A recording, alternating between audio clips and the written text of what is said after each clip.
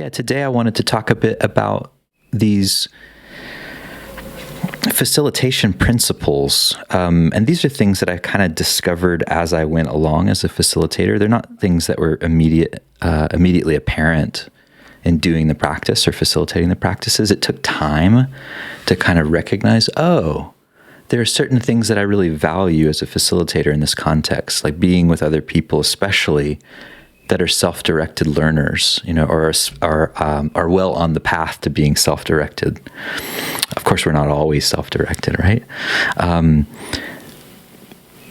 And as you know, the Buddhist Geeks Network, part of how we frame the entire network is, it's a place for independent practitioners or people to do interdependent practice.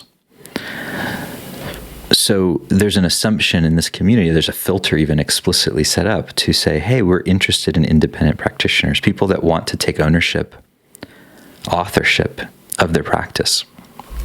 And for me, this is always how the practice has been framed and what I've been looking for. I remember when I first started working with Kenneth Folk in 2005, and I met up with him for the first time in person at a 3-month retreat where he was working as a janitor at the Insight Meditation Society. And I got to have a little practice interview with him, a couple hours with him before and after the retreat. And I remember at the end of the retreat, I was sharing my experience, and he was helping me kind of make sense of things and suggesting some things. It was very helpful. And I remember asking him a question about what I should do in my practice. I can't even remember how I framed it. It's probably just what should I do? And he said, he's like, well, I'm going to suggest to you the advice that my father gave me when he gave me my first car. When I was 16, he told me, drive it like you own it.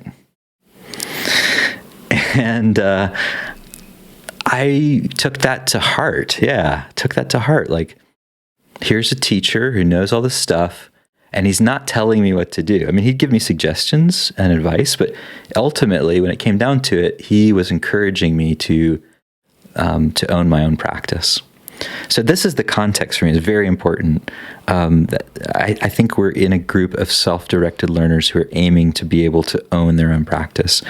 And with that in mind, these principles are really ways of shifting toward this new sort of orientation, because not all learning environments are set up for self-directed learners.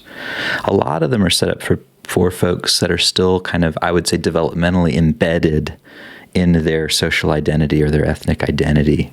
They're still one with their tribe. And when you're one with your tribe, and that's where your identity is primarily coming from, you don't want to paint outside of the lines, okay? You want to do what you're told, because that's where belonging comes from. You belong when you are doing the thing that everyone else is doing. If you step outside of that, you threaten the potential risk of not belonging anymore. But for self-authoring people that start to wake up out of that embedded socialized mind, then that's not the main place they operate from. In my experience, it's okay to break the rules. In fact, it's even could be celebrated. So let me talk about these principles. The first one is to give people a way out. So in these practices, I really like to give people a way out. There are two mechanisms that we have built into the social meditation practice that enable this explicitly. That's the safety release valve, when you can give people the choice to note pass or don't know or thank you or uncertain, whatever variation on that they like, so that you don't ever have to know exactly what's going on in this practice. There's a way out. Safety release valve. The pressure builds, you can release. And then the witness is a way out of participating in the out loud form of the practice. So you could just be silent and witness and observe. And to me, this is really important. Giving people a way out is really important because it lets people participate however, wherever, and with whomever they like. And however, in terms of however, it's I can participate out loud, I can be silent. Either one is a choice. I can say whatever I need to say, including pass. If I'm able to witness, even in this session today, there were 2 people who witnessed, likely because of their environmental conditions, I'm guessing. And that lets people participate in the practice wherever they are, so long as you have internet access. And now with, satellite internet, that might be pretty much everywhere. So this to me is really important, opening up the space in which we can meditate. And if you can be a witness, or you could be muted or whatever, then whoever you want could be around. Your kids could be there playing, you could be listening. You don't have to be witnessing while your kids are there. It's a choice, but many people often do. But to me, it's really important to give people this flexibility to participate however they see fit, which helps create a view. I think it helps support this view that meditation isn't some activity that we do in a particular posture or in a particular way. It's something that we can extend into every domain and situation of life. Social meditation, right? So that's one principle I think is really important, to give people a way out.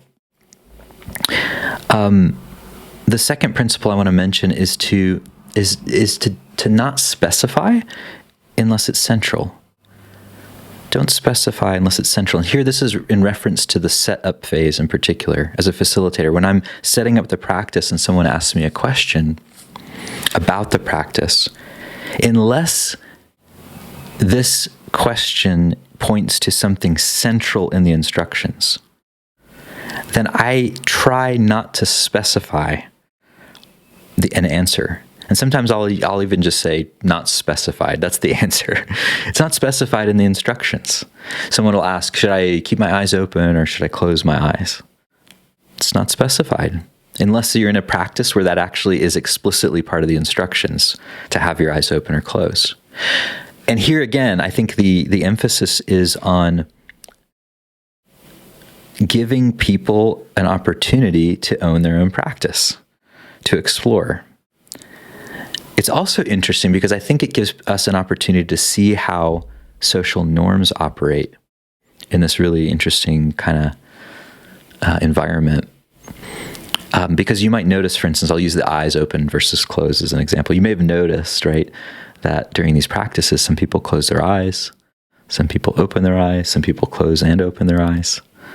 If your eyes are closed, you may not have noticed that because your eyes were closed. But there isn't exactly a set pattern, and yet what I've noticed is that there is a social norm in these practices in this community that weights toward eyes closed. So there's more closed eyes going on.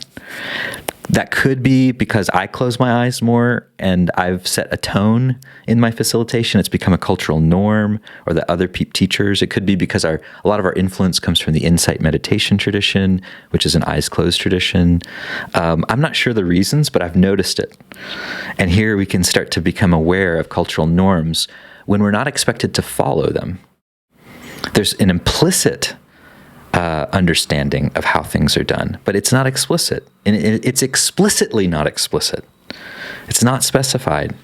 It's for you to explore and discover. It's for us to work out together. Drive it like you own it. What is meditation anyway? What is it? We have these instructions, these specific things, but look how many instructions there are. What is meditation? Sometimes it's best not to specify, because then we don't have to be the one who knows as the facilitator. Unless you do know, and then feel free to say something. So don't specify unless it's central. Let people work it out for themselves. And then the last principle I wanted to mention for self-directed learners is to explain, but don't enforce. Explain the instructions, but don't enforce them. Don't enforce them as rules. So I share the instructions as a facilitator, and then I ask, are there any questions? And if no one has any questions, I assume, okay, I think everyone probably understands the instructions. But of course, I'm often wrong about that. Sometimes people don't understand the instructions. Or sometimes people do understand the instructions and they feel moved to do something different than what's specified in the instructions. This is interesting because I'd say in a more socialized mind. I'm using this term from Robert Keegan, a developmental psychologist, or a more kind of, a culture in which everyone is trying to do everything the same. This would be not cool, right? You don't want to break the instructions. You don't want to step out of line. It could be disruptive. If you're at a Goenka retreat, you will literally have someone come and track you down and show you where you have to be. They will literally, they police your meditation. And to me, this is a real problem. When we begin policing each other, we shut down a lot of agency. We shut down each other's agency and autonomy. We also move out of the peer-to-peer relationship and we move into a top-down relationship with people when we're the enforcers. And I think all of this has the impact of reducing creativity and freedom in the group space.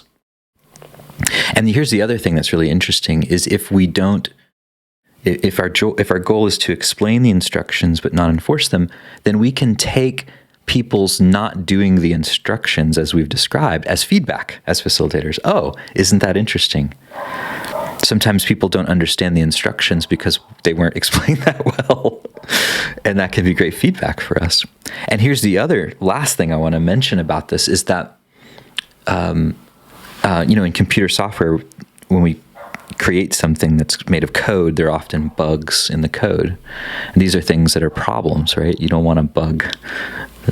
But in social meditation, the bugs are potential new features. When someone does something that's not according to the rules, they might actually find themselves doing something new that has never been done before. And there have been so many techniques that I've developed that have come out of this, out of people not understanding the instructions or choosing to do it differently.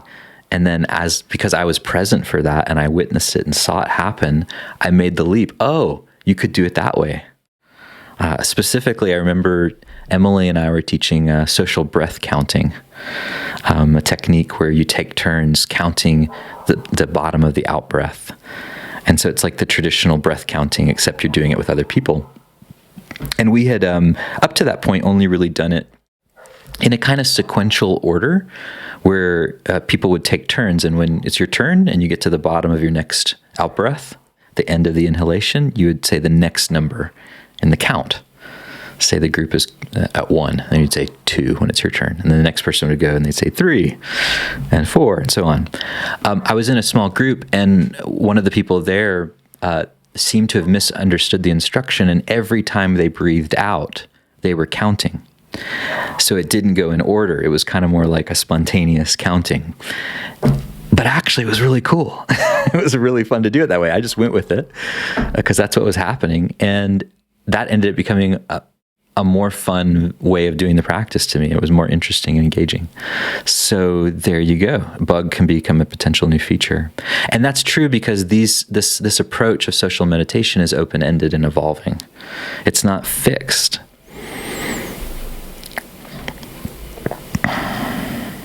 And to me, all of these principles are in some way centered around the question of agency and communion. Agency and communion. My first philosophical mentor, Ken Wilber, he wrote about this extensively in his Integral Theory. It was one of the basic tenets of his theory, which is that we are what he called holons. We're individual holons. Holon is something that's a whole in itself, and it's part of other things. It's a whole part. So as individual holons, we are wholly ourselves, and we are part of communities, right? And we have to be both. We have to maintain the integrity of our wholeness, or we cease to be. And we have to maintain our connection to others, or we cease to be. Okay, so we're always having to navigate this whole partness. And so much of these principles is about honoring people's agency, their ability to choose within a communal setting, a communal practice, giving each other freedom while being together. As much as we can, as much as we can do that.